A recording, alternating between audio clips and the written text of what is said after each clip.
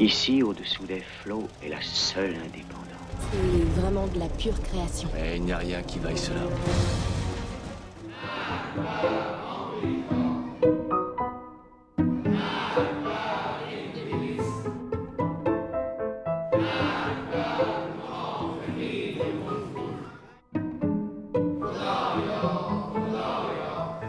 L'idée est venue, disons, en 2010, après les élections contestées où Ahmadinejad avait triché aux élections présidentielles.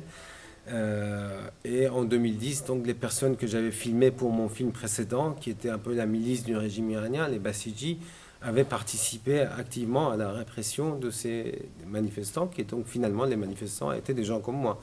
En tout cas, il y avait des amis à moi qui étaient dans les manifestations, dans les manifs contre donc les résultats des élections. Et donc moi, en 2010, je vais en Iran avec cette fois cette idée de les mettre, disons, mettre les personnages de mon film précédent. À la base, je voulais faire le film avec eux, face à cette réalité de la société iranienne qui est qu'on est différent et qu'on est dans une société plurielle. Donc l'idée est un peu venue comme ça, où je suis allé les voir en disant, imaginez qu'on vive ensemble dans une maison et qu'il y a une chambre pour vous, une pour moi. Il faut quand même qu'il y ait un salon qui appartienne à tous et pas uniquement à vous. Voilà, donc non, ça n'a pas été simple. Ça a pris 2 ans et demi, 3 ans, quoi, avant que je trouve 4 personnes. Ça n'a pas été simple aussi parce que moi, j'ai pas été forcément à même de convaincre les gens. Donc ça peut pas être uniquement de leur faute. Moi, j'étais tellement, disons, braqué, tellement un peu à fleur de peau de ce qui s'était passé en 2009 que j'étais pas toujours capable de dialoguer de façon à ce qu'ils s'ouvrent aussi. Les bonnes surprises étaient qu'ils se sont lâchés au fur et à mesure des heures et des heures de discussion et de vie. Et que, bon, voilà, il y a eu aussi une alchimie entre quatre qui a fait que ça s'est détendu. C'est-à-dire, il y en avait un qui aimait cuisiner, un autre qui a proposé que les femmes et les enfants viennent dans la maison. Un troisième qui était un peu plus dur, mais qui était là pour faire des blagues. Et puis un quatrième qui était un bon orateur qui discutait très bien. Donc voilà, donc c'était l'alchimie entre les quatre et qui se sont un petit peu mieux connus aussi durant ces 2 jours-là, qui a fait que les choses ont marché. Et aussi que moi, j'étais pas sur mes positions tranchées, à vouloir absolument être le meilleur dans la discussion, à vouloir absolument gagner, avoir le dernier mot. Voilà, donc c'est ça qui a fait aussi que ça marchait. Bah, disons, eux, ils ont beaucoup de sens de l'humour, mais c'est parce que l'humour, c'est une façon de se mettre un peu à distance de ce qu'on dit, de ne pas, disons, de ne pas être trop crispé. Et voilà, donc eux, ils ont ça, ils ont cette distance-là. C'est ça qui, d'ailleurs, est étonnant. Et ce qui est intéressant aussi, c'est que le spectateur, il rigole, mais il rigole avec eux. Il ne rigole pas d'eux, mais il rigole avec eux, quoi.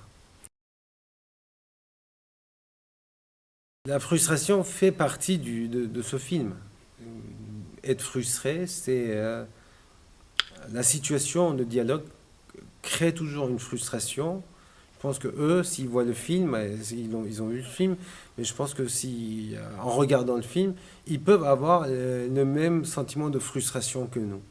C'est possible. Et même leurs amis, ils peuvent aussi leur dire, tu n'aurais jamais dû le laisser dire telle chose, tu aurais dû réagir quand il a dit que, par exemple, il n'était pas croyant, ou quand, par exemple, quand il a dit qu'il a vécu avec une fille pendant plusieurs années, t'aurais dû... On peut aussi leur reprocher les mêmes choses. Ils peuvent aussi avoir les mêmes sentiments. Voilà. Parce que c'est cette situation de dialogue qui est frustrante. Vous voyez, si moi je suis seul à faire mon film dans mon coin en parlant d'eux, le spectateur, il ne serait pas frustré. Parce qu'ils ne sont pas là pour répondre et que nous, on peut dire ce qu'on veut tant qu'ils ne sont pas là. Mais donc dialoguer est toujours très frustrant, quoi. Le montage s'est terminé il y a un an environ. Et disons, c'est ce que je ressentais il y a un an, en fonction de ce qui se passait à l'époque.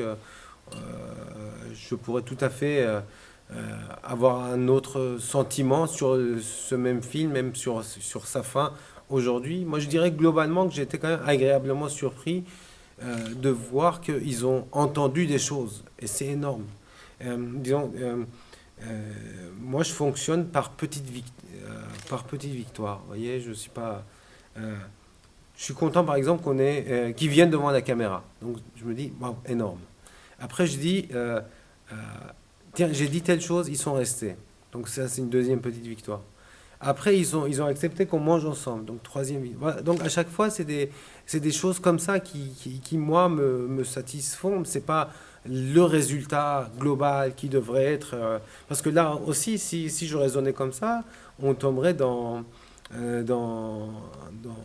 une utopie, quoi. Au lieu de dire indépendance, je dis, est-ce qu'on ne peut pas dire plutôt quelle liberté on a? Je pense qu'il faudrait avoir la liberté de ne pas faire de films, pour faire des films.